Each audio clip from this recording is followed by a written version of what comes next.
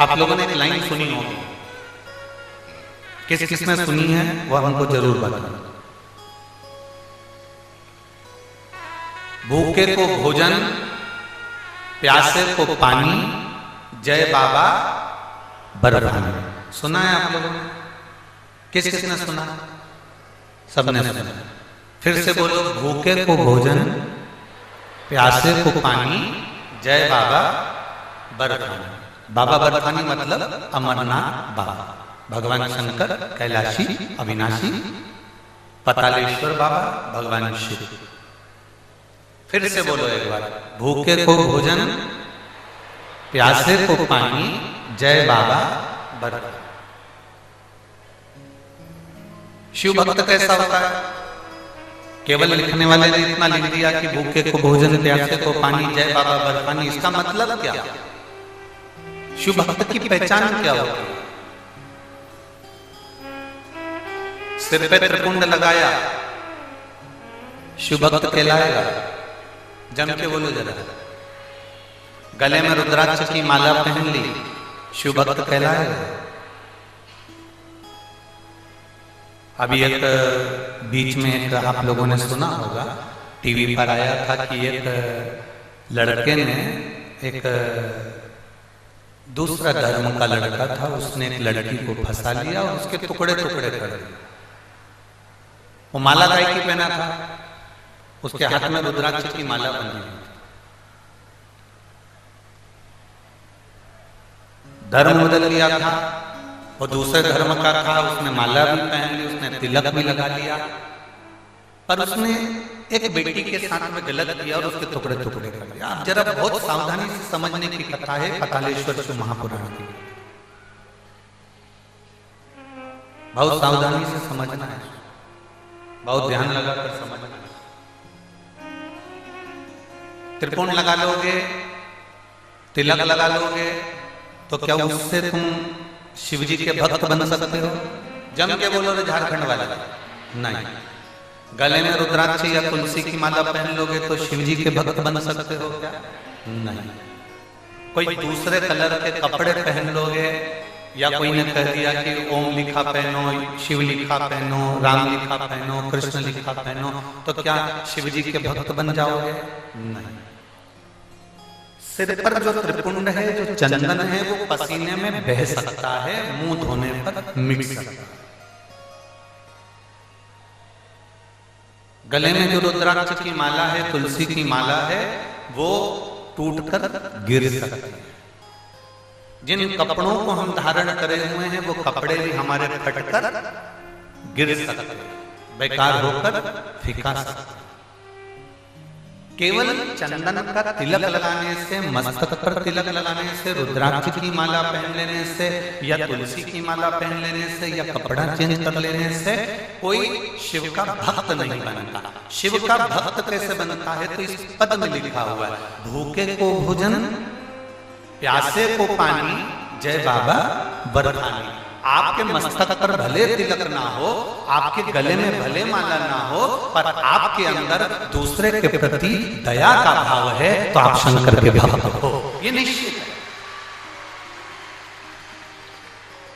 आप किसी भूखे को भोजन करा रहे हैं, आप किसी प्यासे को पानी पिला रहे हैं, आप किसी के दवाई का खर्चा उठा रहे हैं, किसी को रोग हो गया उसकी बीमारी का खर्चा उठा लिया, किसी को पढ़ना है और उसको बहुत आगे बढ़ना है, उसके पास एजुकेशन का धन नहीं है, पढ़ने का पैसा नहीं है, आपने किसी बच्चे को पढ़ा दिया, तो ये आपने जो सत्कर्म करा है, ये शंकर के भक्त की निशानी है।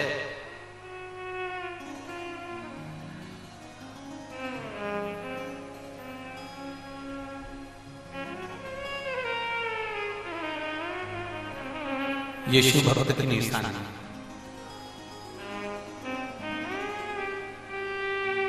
बहुत शिव महापुराणों को लोगों ने हल्के में लिया है। आप लोगों से भी कहेंगे, भगवान शंकर की कथा को कभी हल्के में मत। लोगों ने शंकर भगवान की कथा को बिल्कुल हल्के में लिया है, बहुत हल्के में। आज के जमाने में जो भागवत कथा का स्मरण करते थे, वो भी शिव कथा का स्मरण कर रहे हैं। जो भागवत कथा वाचा करते वो भी शिव कथा को वाच रहे हैं। कारण क्योंकि उन्होंने सोच लिया कि शिव महापुराण की कथा ज्यादा चल रही है तो अपन वाचना प्रारंभ कर दें। ना ना ना, शिव महापुराण की कथा वाचने से पहले तुम्हें भीतर से शंकर के एक एक तत्व को, शिव तत्व को अपने भीतर लेना पड़ेगा, तब तुम शंकर की कथा का वाचन कर पाओगे, तब तुम शिव को वाच पाओगे।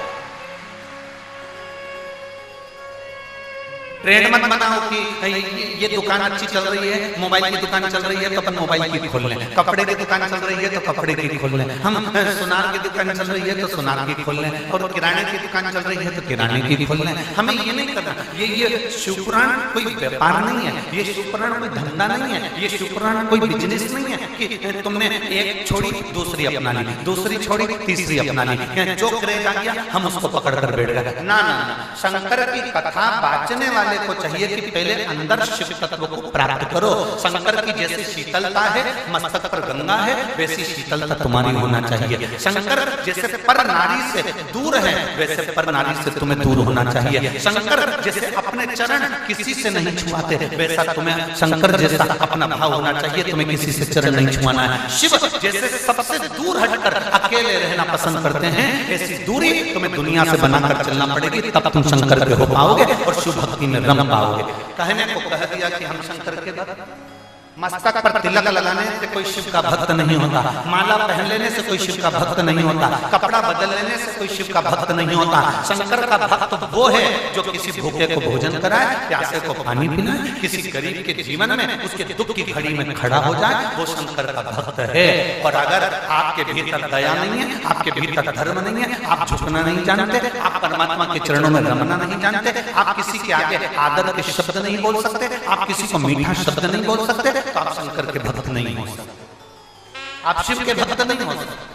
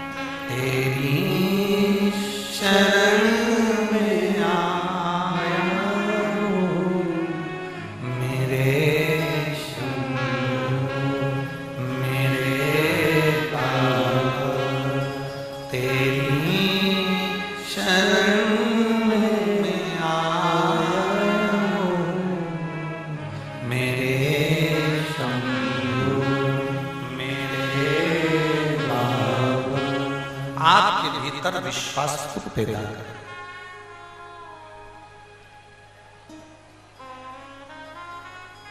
यहाँ इतनी सारी माताएं बैठी हैं, यहाँ मेरी इतनी सारी जीजियां बैठी हैं, और यहाँ मेरे इतने सारे जीजा हम बैठे हैं। यहाँ आने से पहले ये रंजिता वर्मा जी ने आपसे कहा था कि सफेद कलर के कपड़े पहन कर आना, कि नीले कलर के पहन कर आना, कि लाल कलर के पहन कर आना, कि कत्थई कलर के पहन के आना। जम के बोलो जरा, किसी से बोला था? नहीं। सीहोर वाले महाराज ने तुमको वहां से पर्चा लिखकर भेजा था क्या? रंजिता वर्मा जी से पूछना कि सीहोर से कोई पर्चा लिखकर दिया था कि रविवार को तुम्हें ये कपड़ा पहनना पड़ेगा, बुधवार को ये कपड़ा पहनना पड़ेगा, मंगलवार को ये कपड़ा पहनना पड़ेगा, 5 दिन की कथा, उसमें 5 ड्रेस कोड होगा।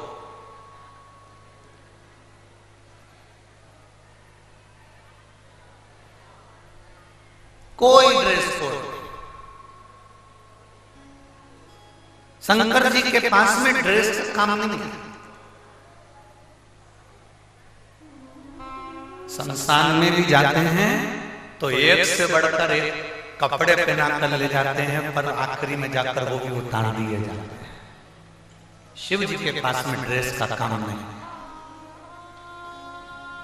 कितने भी सुंदर कपड़े तुम्हारे पास में हो, कितने भी अच्छे कपड़े तुम्हारे पास में हो, एक बार कैलाश पर्वत पर जाकर देखना, तुम जो कपड़े घर में पहनते हो, एक से बढ़कर एक साड़ी, एक से बढ़कर एक शॉल, एक से बढ़कर एक सुंदर कपड़े, वो कैलाश पर चल जाएंगे कि तुम्हारे कपड़े?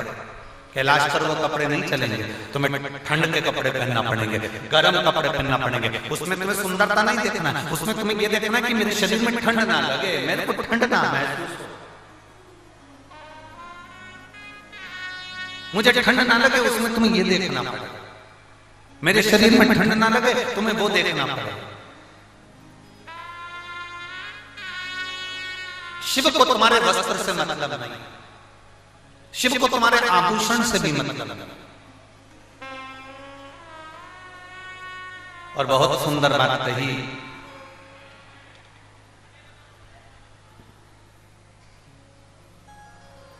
अभी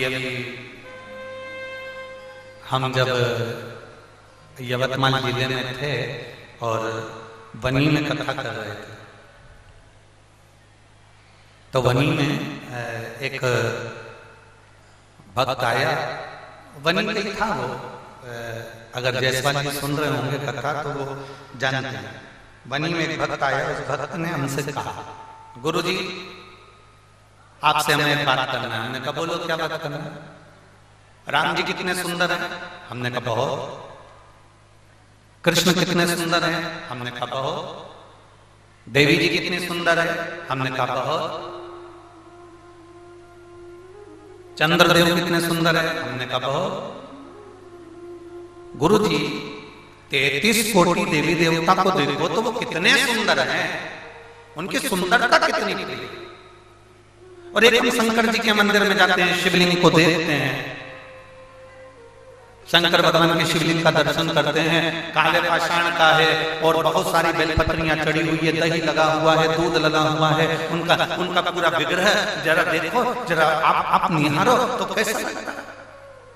हमने कहा हम मना नहीं करते, 33 कोटि देवी देवता बहुत सुंदर हैं, हमें मना नहीं है, पर निवेदन शंकर का तो नाम ही इतना सुंदर है कि संपूर्ण जीवन का आनंद प्रदान कर देता है। बोलबम का नारा है, सारी समस्या का हल, शिव को चढ़ाओ एक लोटा जल, हमारा बदलेगा कल, निश्चित है बदलेगा, ये पक्का। एक पत्र है,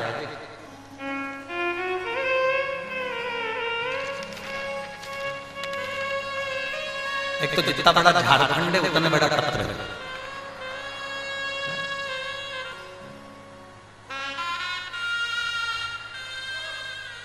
अब नाम भी तो बड़ा है ना झारखंड का, और नाम जमशेदपुर का भी बड़ा है।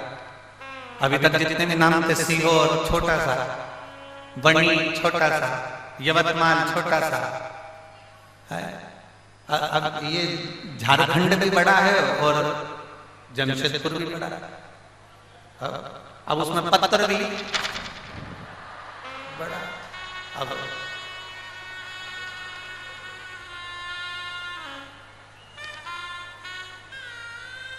मेरा नाम शोभावती देवी है, मैं विक्रमगंज जिला रोहतास बिहार से आई। कहीं बैठी हो तो हाथ हिला सकती हैं, कहीं बैठी हो तो हाथ हिला सकती हैं। मेरा नाम शोभावती देवी है, मैं विक्रमगंज जिला रोहतास बिहार से आई। आपके नजदीक में कहीं बैठी हो तो आप कैमरे वालों को सूचना दे सकते हैं, ठीक है? कहीं बैठी हो तो हाथ हिला सकते हैं। बैठी हैं इधर, इधर बैठी हैं, हाथ हिला दो एक बार। जहां बैठी हो बहन उधर से खड़े होकर हाथ हिला दो, कैमरे वाले आपको कैच कर लेंगे। मेरी तबीयत बहुत खराब रहती थी गुरुदेव, मेरा शरीर पूरा गल रहा था और बुखार भी पीछा नहीं छोड़ रहा था। तब मेरे घर वालों ने इलाज के लिए डॉक्टर के पास ले गए और इलाज के बाद पता चला कि मेरे ब्रेस्ट में एक बड़ी गठान हो गई। डॉक्टर ने गठान का जल्द से ऑपरेशन कराया और ऑपरेशन कराने के बाद उस गठान की जांच करने के लिए भेज दिया गया। तो पता चला कि गठान निकला वो साधारण नहीं था गुरुजी, उसमें कैंसर निकला।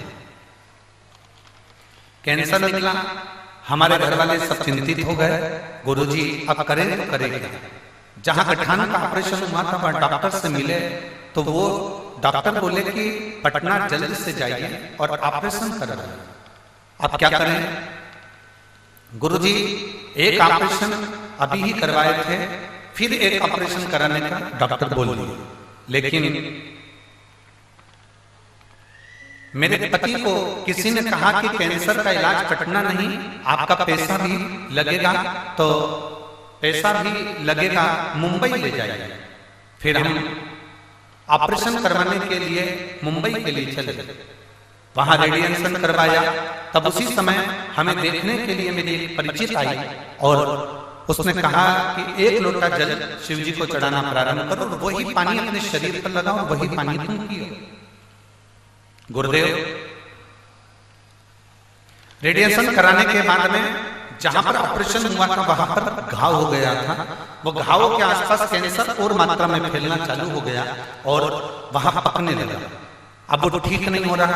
डॉक्टर के हिसाब से अगर ये सुरंग नहीं भराया तो तुम्हारी जिंदगी बेकार है। अब सुरंग कैसे भरे? तब उसके कहने से मैंने भगवान शंकर के मंदिर में जल पहुंचाना प्रारंभ करा और वो पानी पीना प्रारंभ करा। आज मैं बाबा को धन्यवाद देने के लिए आई हूँ कि मेरे शरीर का कैंसर भी समाप्त हुआ है और बाबा की कृपा से मेरा शरीर का जो होल था वो भरा भी गया है। मैं बाबा को यहाँ नमन करने के लिए आई। हाथ हिला दो बहने के बाद, श्री शिवाय नमस्तुभ्यम। आ जाओ, एक बेलपत्र ले जाना, आ जाओ, धीरे धीरे चलता रह। शिव तत्व है, शंभु ओघड़ी है।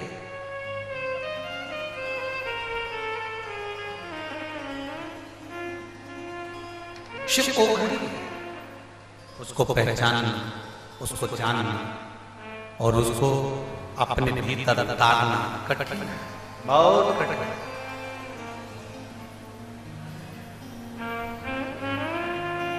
उसको जानना बहुत कठिन है, उसको पहचानना बहुत कठिन है।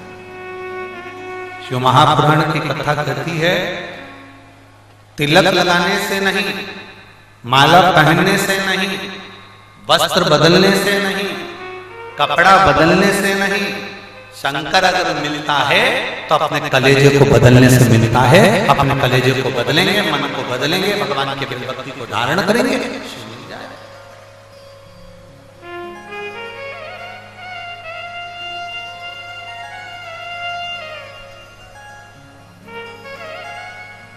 हम जितना जितना शंकर का गुणगान करते हैं, हम जितना जितना भगवान शिव की स्तुति करते हैं, हम जितना जितना भगवान शंकर के नाम का उच्चारण करते हैं, उतना उतना शिव हमारे करीब में आते चले जाते। श्री शिवाय नमस्तु, श्री शिवाय नमस्तु, श्री शिवाय नमस्तु, श्री शिवाय नमस्तु, श्री शिवाय नमस्तु। भोला सब दुख काटो, ओ भोला सब दुख काटो, शिव शंकर जपू तेरी माला, भोले बाबा जपू तेरी माला, भोला सब दुख काटो, ओ भोला सब दुख काटो। वे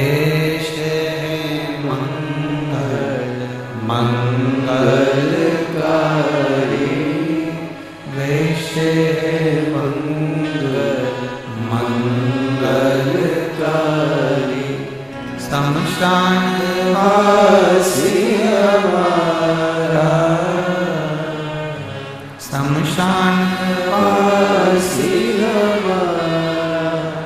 ओ भोला सब दुख काटो हमारा, ओ भोला सब दुख काटो।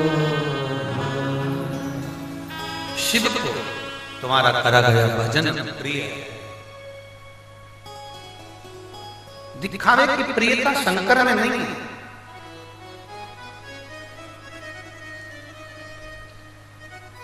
शिव को तुम्हारा दिखावा बिल्कुल नहीं चाहिए। शंकर को तुम्हारे दिखावे की प्रियता नहीं है। शंकर को तुम्हारे केवल भजन की प्रियता है।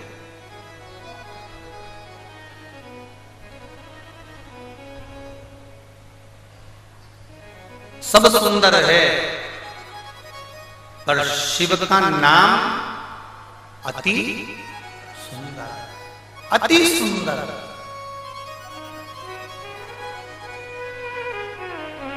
ब्रह्मा भी जिस नाम की समाधि लगाकर बैठते हैं, भगवान विष्णु भी जिसके नाम की समाधि लगाकर बैठते हैं, चंद्र, गरुण, वरुण, सारे देवता जिस नाम की समाधि लगाकर बैठते हैं, वो नाम साधारण नहीं हो सकता। वो अति सुंदर है, अति सुंदर।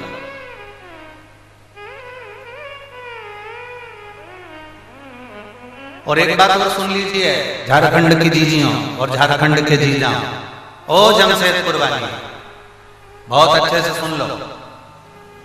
ये यहाँ कथा के पंडाल में आप केवल कथा सुनने के लिए नहीं आए। भगवान शिव की कथा में जितनी देर आप बैठते हो, उतनी देर शंकर की दृष्टि आप पर होती है और आपकी दृष्टि व्यासपीठ पर होती है।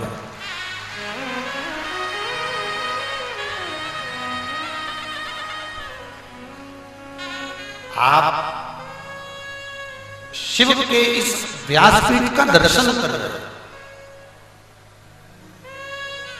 आप शंकर भगवान की व्यासपीठ का दर्शन कर रहे हो और शंकर आपको देख रहे हैं, आपका दर्शन कर रहे हैं।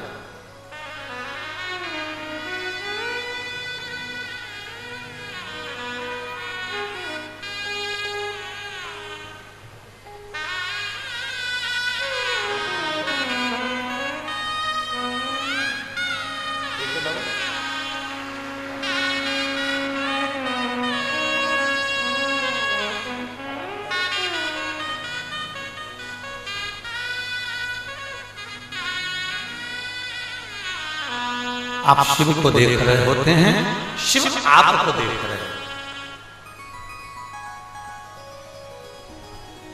भगवान शंकर आपको देख रहे हैं।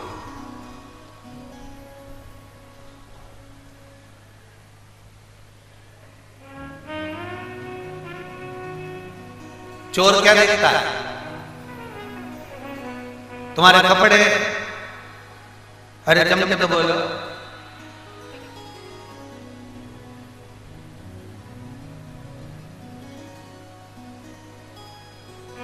छोटा सा मोबाइल, चोर क्या देखता है? तुम्हारी दृष्टि चोर पर नहीं पड़ती। आप चोर को पहचान जाते हो? जम के तो बोलो। नहीं, आपकी दृष्टि चोर पर नहीं पड़ती, आप चोर को नहीं देख पाते। पर जब आप यहां पहुंचते हो, चोर तुम्हें देख लेता। बोलो, देखता है कि नहीं देखता? छोटा तुम्हें देखता है, तुम चोर को नहीं देख पाते, पर चोर तुम्हें देख लेता। उसी तरह तुम शिव को नहीं देख पाते, पर मेरा महादेव तुमको देख लेता। तुम शिव को नहीं देख पाओगे, पर शिव तुमको देख ले। बस इतना ही तो चाहिए। तेरे मंदिर में आना मेरा काम है और मेरी बिगड़ी बनाना। हम शिव को नहीं देख पाए, पर शिव हमें देख। हम जिस डॉक्टर को दिखाने के लिए गए हो ना, अपनी तबीयत दिखाने के लिए हम डॉक्टर के पास जाते हैं, तो क्या अंदाजा रहता है कि हम डॉक्टर को देखें कि डॉक्टर हमें देखे? अरे बोलो, जम के बोलो जरा। नहीं हो सकता झारखंड में ऐसा चलता हो कि हम डॉक्टर को देखें।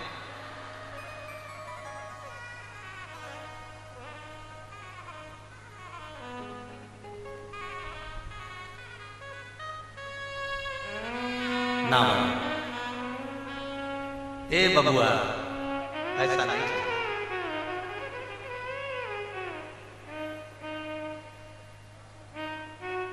हम डॉक्टर को देखें ये ठीक नहीं है। डॉक्टर हमें देखे और डॉक्टर हमें देखते से ही पहचान जाए कि साहब इसको दर्द क्या है, इसको दुख क्या है, इसको तकलीफ क्या है, इसको कष्ट क्या है। डॉक्टर के यहाँ जाते हो तो डायरेक्ट डॉक्टर कह देता है मुंह फाड़ो। डॉक्टर ने कह दिया आंखें दिखा, नाक दिखा। पहले डॉक्टर सबसे पहले क्या देखेगा? जम के बोलो, पहले तुम्हारा हाथ पकड़ के नब्ज दे। शंकर जी ने भी क्या करा है, इस एक लोटे जल ने करा क्या? जो दुनिया का सबसे बड़ा डॉक्टर है ना, जिसने अपने बेटे की भी प्लास्टिक सर्जरी करी थी, जिसने अपने ससुर को मनुष्य के चेहरे को बकरे का मुंह लगा लिया, वो दुनिया का सबसे बड़ा जो डॉक्टर है, जिसको लोग महामृत्युंजय कहते हैं।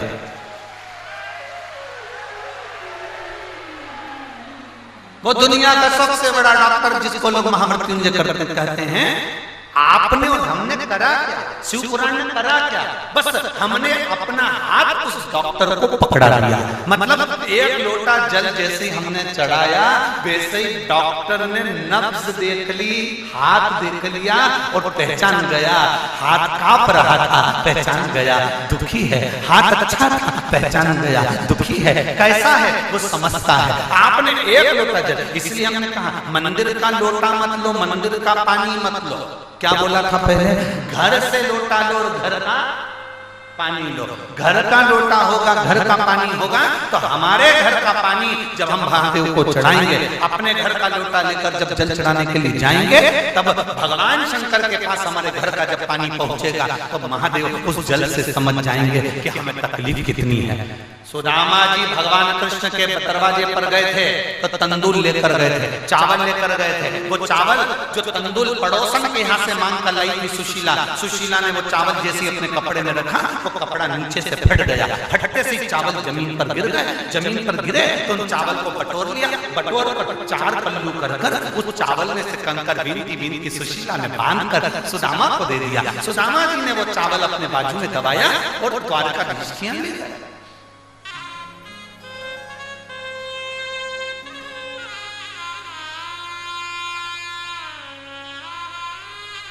और द्वारकानाथ के यहाँ चावल ले जाकर उन्होंने जो विश्राम करते हुए वो चावल जो दिया, सुदामा जी का चावल देखकर भगवान वो चावल नहीं खा, वो चावल नहीं खा।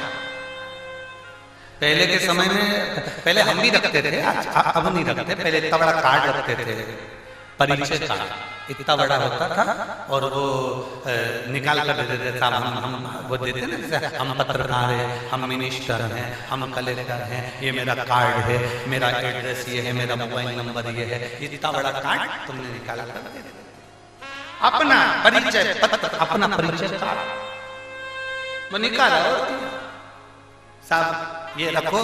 गुरुजी कभी भी आप जमशेदपुर आओ ना तो मेरा कार्ड है, आप मेरे को फोन लगा देना, मैं मिलने आऊंगा। गुरुजी कभी आप रांची आओ ना तो ये मेरा कार्ड है, आप आना। गुरुजी ये मुंबई आओ तो मेरा कार्ड है, आप आना, इसमें मेरा मोबाइल नंबर है, एड्रेस है, मुझे फोन लगाना, इसमें मेरी ईमेल आईडी है। बोलो बोलो सही है कि गलत है? सुदामा जी भगवान कृष्ण के पास जब पहुंचे थे तो वो चावल नहीं था, वो परिचय पत्र था, वो कार्ड था, एड्रेस था, जो सुदामा ने भगवान कृष्ण को दिया है।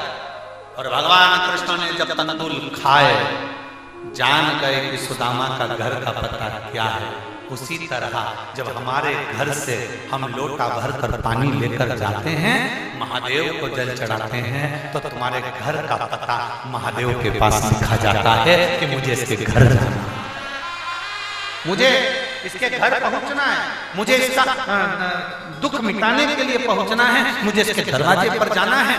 ये एड्रेस हमारे पास में होगा। ये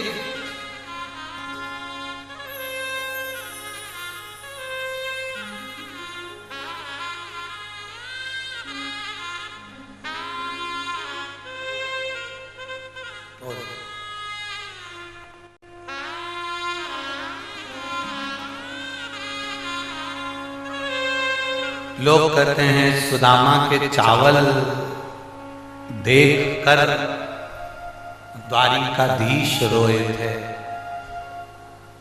सुदामा के चावल देख कर द्वारिकाधीश रोए थे, पर सुदामा के चावल नहीं, सुशीला ने जिस वस्त्र में चावल बांधा था, उस वस्त्र को देख कर द्वारिकाधीश रोए थे। उस वस्त्र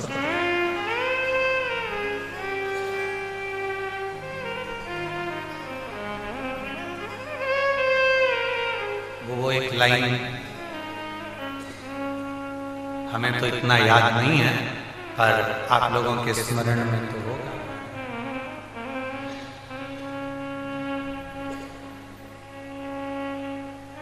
जितनी राधा रोई रोई कान्हा के लिए, जितनी राधा रोई रोई कान्हा के लिए। आप लोग खड़े नहीं होना है, हम तो गुनगुना रहे हैं, ठीक है? नहीं तो तुम लोग तुरंत नाचने के लिए खड़े हो जाओ, बैठे रहे। कन्हैया उतना रोया रोया है सुदामा के लिए, कन्हैया उतना रोया रोया है सुदामा के लिए। राधा उतनी रोई रोई कान्हा के लिए, राधा जितनी रोई रोई कान्हा के लिए, राधा जितनी रोई रोई कान्हा के लिए, राधा जितनी रोई रोई कान्हा के लिए। कन्हैया उतना रोया रोया है सुदामा के लिए, कन्हैया उतना रोया रोया है सुदामा के लिए। सुदामा के लिए, सुदामा के लिए, सुदामा के लिए, सुदामा के लिए, सुदामा के लिए, सुदामा के लिए, सुदामा के लिए, सुदामा के लिए। कन्हैया उतना रोया रोया है सुदामा के लिए, कन्हैया उतना रोया रोया है सुदामा के लिए। जितनी राधा रोई रोई कान्हा के लिए, जितनी राधा रोई रोई कान्हा के लिए, जितनी राधा रोई रोई कान्हा के लिए, जितनी राधा रोई रोई कान्हा के लिए। कन्हैया रोया रोया है सुदामा के लिए, कन्हैया उतना रोया रोया है सुदामा के लिए।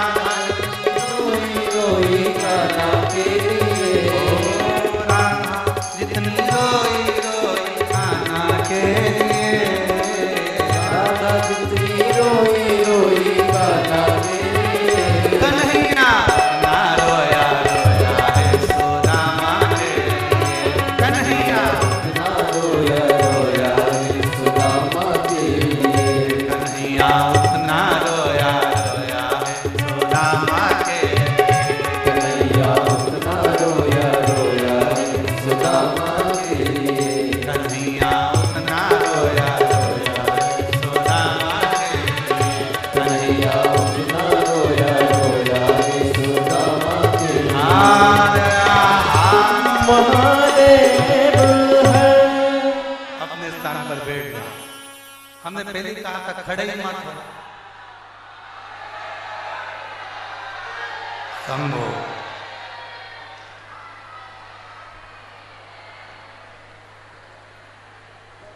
बैठ जाओ, बैठ जाओ।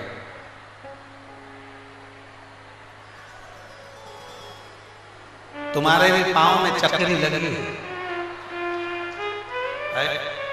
ऐसा लगता है ना कि बस भजन चालू हुआ, हमें लगता है शंकर भगवान तुम्हारे चाबी भर देते हैं।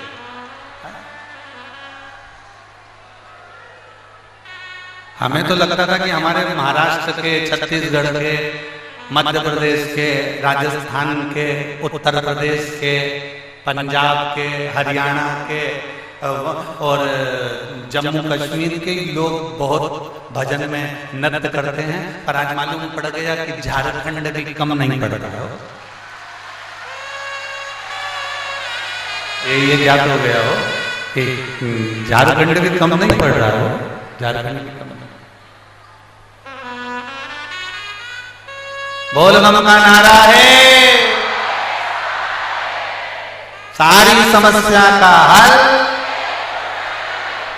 शिव को चढ़ाओ एक लोटा जल, हमारा बदलेगा जरूर बदलेगा। शिव है सब संभव।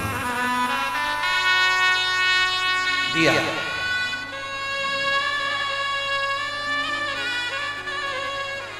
महाराज भगवान कृष्ण तंदुल देखकर नहीं रोए, भगवान कृष्ण रोए तो सुशीला का वस्त्र देखकर।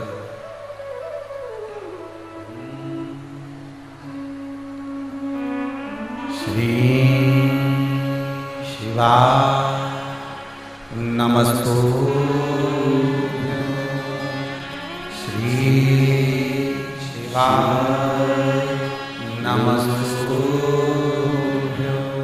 श्री शिवा नमस्तु,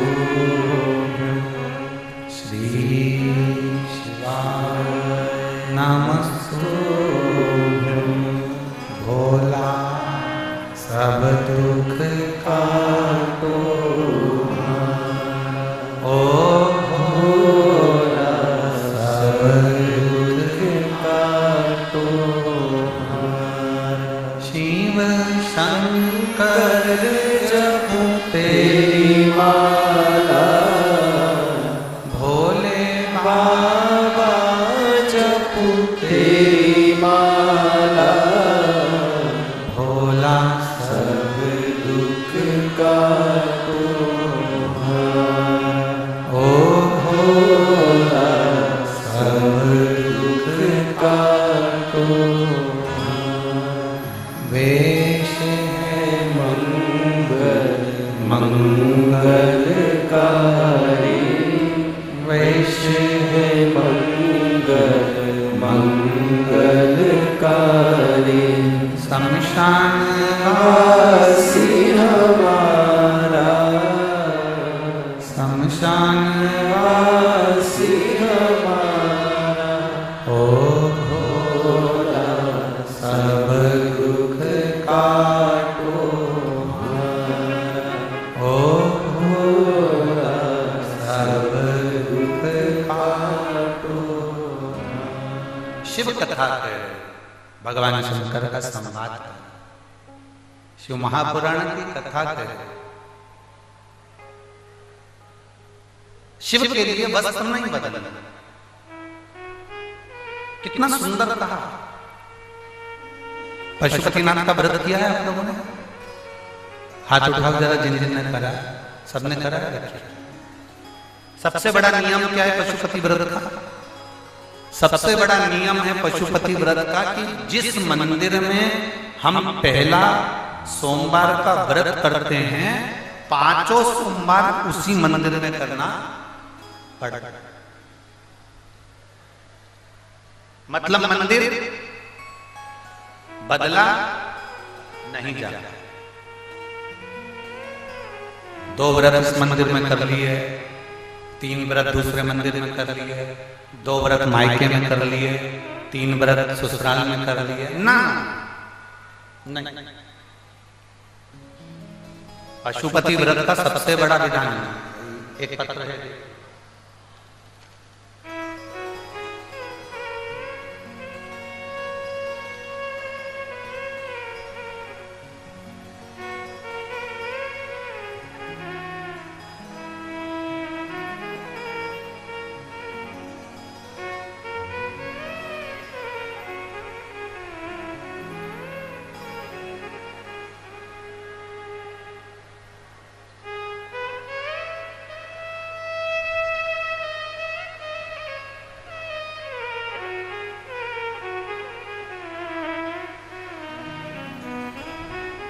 मैं किरण देवी दुमका जामा थाना के ग्राम लकड़ा पहाड़ी से आई। ये कहाँ पर है? दुमका जामा थाना लकड़ा पहाड़ी झारखंड में ही है क्या? अच्छा, कहीं बैठी हो तो हाथ हिलाइएगा, कहीं पर बैठी हो तो हाथ हिलाइएगा। हाँ माँ दिख गए, आपको बधाई पहले तो बहुत बहुत। मैं किरण देवी दुमका जामा थाना के ग्राम लकड़ा पहाड़ी से आया। मैं भोले बाबा का क्या गुणगान करूं गुरुदेव। मेरी 7 पीढ़ी निकाल लो और 8 पीढ़ी निकाल लो, 8 पीढ़ी में किसी की भी सरकारी नौकरी नहीं थी गुरुदेव। सारी जिंदगी मेरे परिवार के लोगों ने केवल मेहनत करी, मजदूरी करी, तगाड़ी भरी।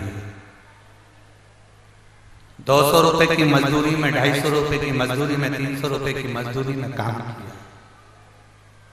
अपने बच्चों का पेट भरना, अपना पेट भरना, मजदूरी करना। आपकी कथा एक ऐसी कथा है गुरुदेव जो हम जैसे 200 रुपए 250 रुपए कमाने वाले को भी बल देती है, और वो बल देती है कि हम भी अपनी सरकारी नौकरी कर सकते हैं। ये हमें बल प्रदान करती है गुरुदेव। हम मजदूरी करने वाले, पेट भरने वाले लोग हैं। हमने कभी नहीं सोचा कि हमारे बच्चों की भी सरकारी नौकरी लगे। मेरा बेटा एक दिन हंसकर मुझसे बोला, माँ जैसे तुम मेहनत करती हो, पापा ने मेहनत करते हैं, घर के लोग मेहनत करते हैं, वैसी मेहनत हमको करना है। हमारी तो कोई सरकारी नौकरी लगने वाली नहीं। गुरुदेव पहली बार आपकी कथा टीवी पर सुनी और विश्वास जागा। टीवी पर केवल आपकी कथा जरा सी सुनी थी और विश्वास जाग गया था, और मैंने अपने बेटे को दौड़कर बुलाया, जल्दी आ। बेटा आया, उसने भी कथा सुनी। कथा में आपने कहा था सारी समस्या का हल एक लोटा जल।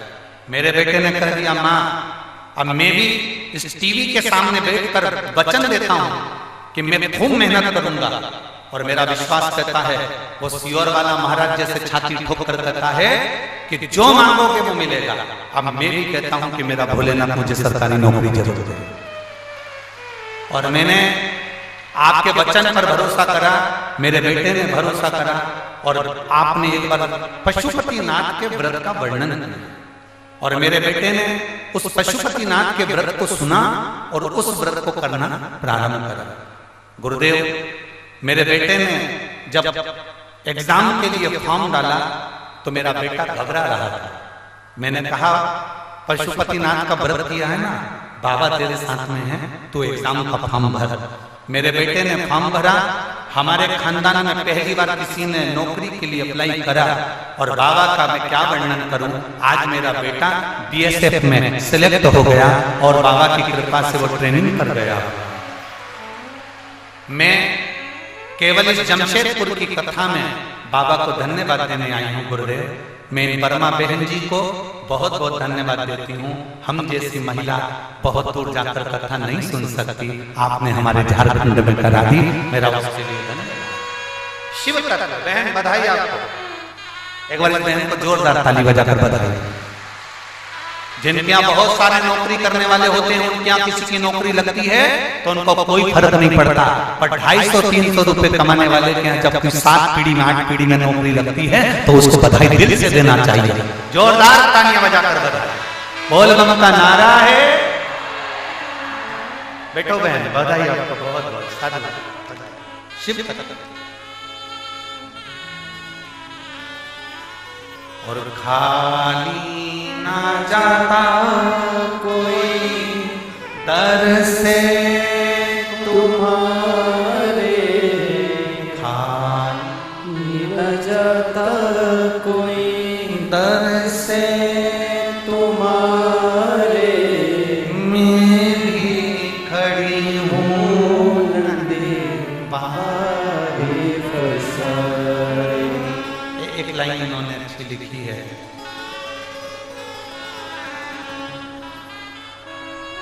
मैं कैमरे वालों से कहूंगा इस लाइन को जो माने लिखी है, संपूर्ण देशवासियों को ये लाइन जरूर दिखाना, जितने लोग कथा सुनते हैं उनके लिए भी प्रेरणा है।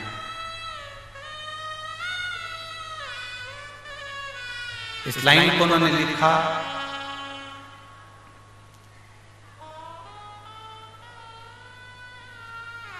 लाइन देखिए, बाबा आपका व्यासपीठ केवल व्यासपीठ नहीं है, यह कैलाश धाम है। आप जो व्यासपीठ से कहते हो उसको शंकर जी को पूरा करना ही पड़ता है। एक बेलपत्र औषधि है, वो औषधि साधारण नहीं है, शिव तत्व। ये विश्वास हमारे भीतर हो।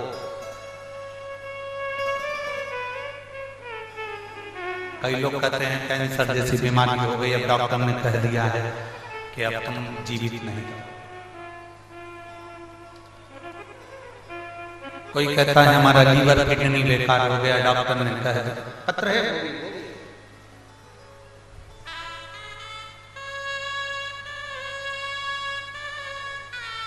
मेरा नाम रंजनी है। मैं मन को शकोसई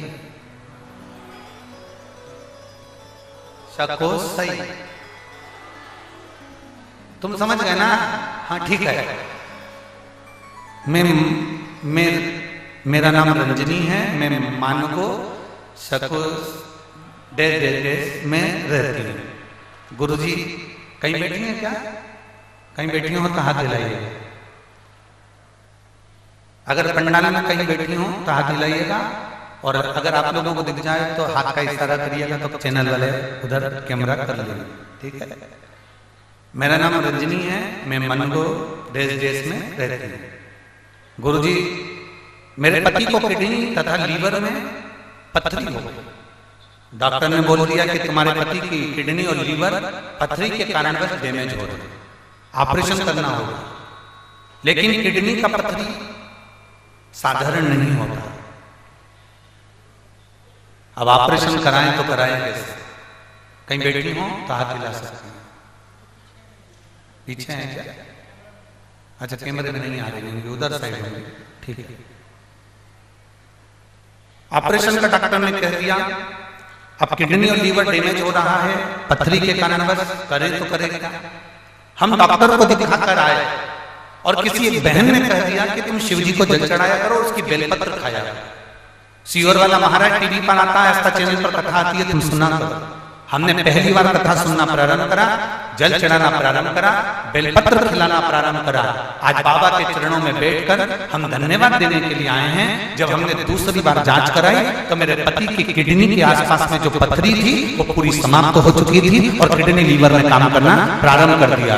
हम बाबा को धन्यवाद देने के लिए, ये शिव ओखड़ी बैठिए बहन, शंकर शंकर है।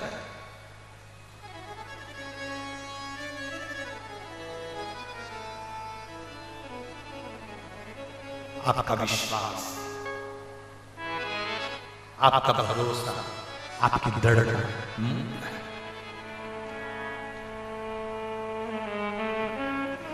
शिव को वस्त्र नहीं चाहिए, शिव को आपका आभूषण नहीं चाहिए। शिव को आपका कितने सुंदर दिखते हो उससे भी शिव को मतलब है। कितना धन है तुम्हारे पास में उससे भी शिव को कोई मतलब नहीं।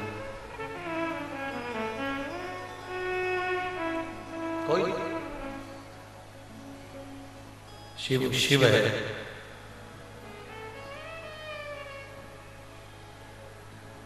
मेरी बहन, मेरी जीजियों, मेरे जीजाओं, एक बात अपने अंदर उतार कर रखिए, बहुत अच्छे से उतार। हम पहले भी कथा में कहें, आज फिर कहें, अपने सोने वाले कमरे में हम कबाड़ा नहीं रखते, अटाला नहीं रखते, कचरा नहीं रखते, जो काम का सामान होता है वो रखते। उसी तरह इस पृथ्वी पर भोलेनाथ उसी को पैदा करता है जो अच्छा होता है। कबाड़े को भगवान शंकर भी पैदा नहीं करता। ये पृथ्वी किसका घर है? बैकुंठ में भगवान नारायण रहते हैं, ब्रह्मलोक में ब्रह्मा रहते हैं, इंद्रलोक में इंद्र रहते हैं, वरुण सब अपने अपने लोक में हैं। शिव इस मृत्यु लोक के देवता, और अगर मेरे शंकर भगवान इस मृत्यु लोक के देवता हैं तो शिव इस मृत्यु लोक में रहते हैं, तो ये उनका घर है। उस घर में मेरे भोलेनाथ अटाला नहीं रहते। उस घर में मेरे भोलेनाथ कबाड़ा नहीं रखते, अच्छा रखते।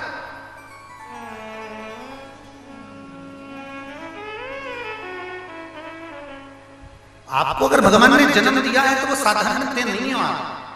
आप सबको भगवान ने टैलेंट देकर पैदा करा है। भगवान शंकर ने आप सबको एक हुनर देकर पैदा करा है। भगवान शिव ने आप सबको संसार में जितने लोग जन्म लेते हैं उसको एक खूबी देकर पैदा करा है, एक डायमंड बनाकर पैदा करा है। बस मर्जी आपकी है, आप उसको कैसे निखार सकते हो।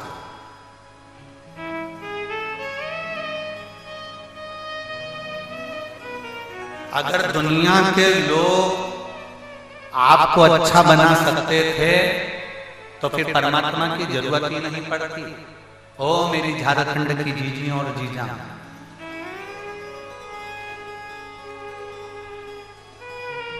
चलो थोड़ा सा समझिए। सचिन तेंदुलकर का बेटा सचिन तेंदुलकर जैसा निकल गया क्या? अमिताभ का बेटा अमिताभ जैसा निकल गया क्या? कुछ परसेंट कम है। अमिताभ के पास में पैसे की कमी है क्या? तेंदुलकर के पास पैसे की कमी है क्या? कलेक्टर का बेटा कलेक्टर जैसा निकल गया क्या? जज का बेटा जज जैसा निकल गया क्या? कमिश्नर का बेटा कमिश्नर जैसा निकल गया क्या? टीआई का बेटा टीआई जैसा निकल गया क्या? थानेदार का बेटा थानेदार जैसा निकल गया क्या? मिनिस्टर का बेटा मिनिस्टर जैसा निकल गया क्या? गृह मंत्री का बेटा क्या गृह मंत्री जैसा निकल गया क्या? उनके पास पैसे की कमी है क्या? जम के बोलो नहीं। चाहे तो ढेर संपदा अपने बेटे को अपने जैसा बना सकते हैं, पर नहीं बन सकता। क्यों? क्योंकि परमात्मा ने जो टैलेंट दिया होगा वो एक को ही देकर भेजा। आप अपने हुनर को निखारो, आप दूसरे के जैसे मत बनो, आप खुद ऐसे बनो कि दुनिया आपके जैसा बनना चाहता है। हम दूसरे के जैसा मां कहती है पढ़ाई कर ले उसके जैसा बन ले, पढ़ ले उसके जैसा बन ले। नहीं, अपने बेटे को पढ़ाओ, अपने बेटे को विद्वान बनाओ, अपने बेटे को कामयाब बनाओ, पर उससे ये मत कहो कि तू उसके जैसा बन जा। अपने बेटे को कहो कि तू ऐसा बन कि सारी दुनिया तेरे जैसी बने।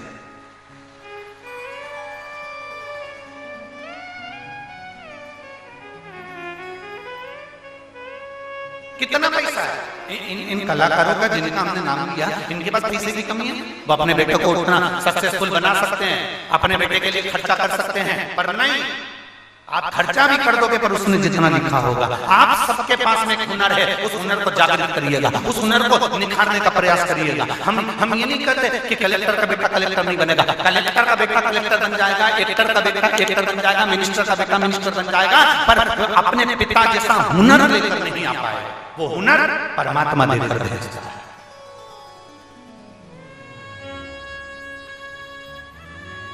वो हुनर परमात्मा देकर भेजता है। एक मास्टर का बेटा मास्टर बन जाएगा, पर मास्टर जैसी हुनर का नहीं लेकर आएगा जिसके पिता ने। एक एक्टर का बेटा एक्टर बन जाएगा, पर अपने पिता जैसी हुनरता नहीं लेकर आएगा जो उसके पिता में है। एक जज का बेटा जज बन जाएगा पढ़ लिख कर, पर अपने पिता जैसा जज नहीं बन सकता जितना उसमें हुनर है। एक सीए का बेटा सीए बन जाएगा, पर अपने पिता जैसा हुनर लेकर नहीं आएगा जितना हुनर उसमें है। एक टीआई का बेटा टीआई बन जाएगा, पर उसके पिता जैसा हुनर लेकर नहीं आएगा जो उसके पिता में था। उसके पिता में नम्रता थी, वो नम्रता नहीं ला पाएगा। उसमें मिठास थी, वो मिठास नहीं ले पाएगा। उसकी वाणी में आनंदता थी, वो आनंदता नहीं ले पाएगा। ये परमात्मा ने गॉड गिफ्ट में दिया। हर एक व्यक्ति को एक हुनर दिया, उसको निखारो अपने भीतर। ये मत सोचो कि मुझे सियोर वाले महाराज जैसा बनना है, मुझे उनके जैसा बनना है, मुझे उनके जैसा। ना ना ना, आप खुद ऐसे बनो कि दूसरे आपके जैसे बनने का प्रयास करें।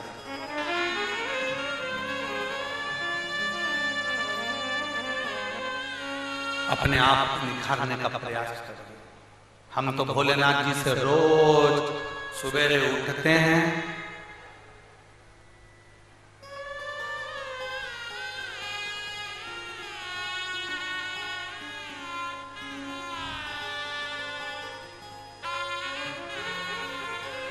हमारा एक नियम है,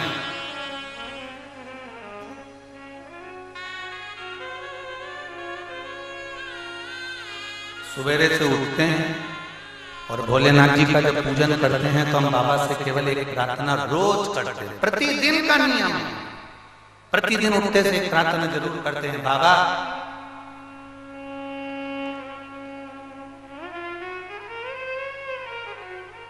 जिस नारी की गोदी खाली रहती है और जिस पुरुष की जेब खाली रहती है ना भोले बाबा, उसकी दुनिया में कोई इज्जत नहीं होती है।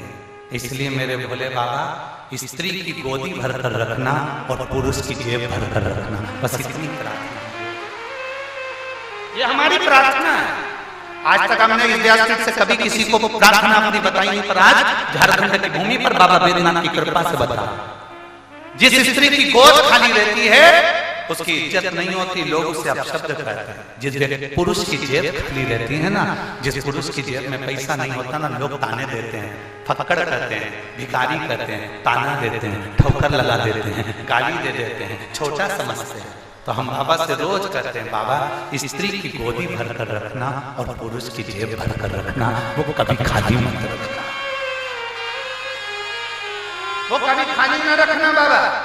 स्त्री अपने बच्चे को गोदी में रखती है, उसको पाल पोस कर बड़ा करती है, और पिता अपनी जेब में पैसा इसलिए रखता है कि अपने बच्चे को अच्छी एजुकेशन दे सके। पिता अपनी जेब में पैसा रखता है अपने बच्चों को अच्छी एजुकेशन तक पहुंचाए। पिता अपनी जेब में पैसा रखता है, खुद नहीं खाता, उसको भूख लग रही है, बड़ा पाव खा सकता था, उसको चना खा सकता था, वो बाजार में जूस पी सकता था। 50 रुपए जूस में खर्च हो जाएंगे, 50 रुपए खत्म हो जाएंगे, मेरे 50 रुपए के बच्चे का मैं उसका स्कूल की फीस दे दूंगा, मैं उसका ये कर दूंगा। तुम बाबा नारी की गोद भर कर रखना और पुरुष की जम के बोलो जरा जेब खाली ना रहे, वो भरी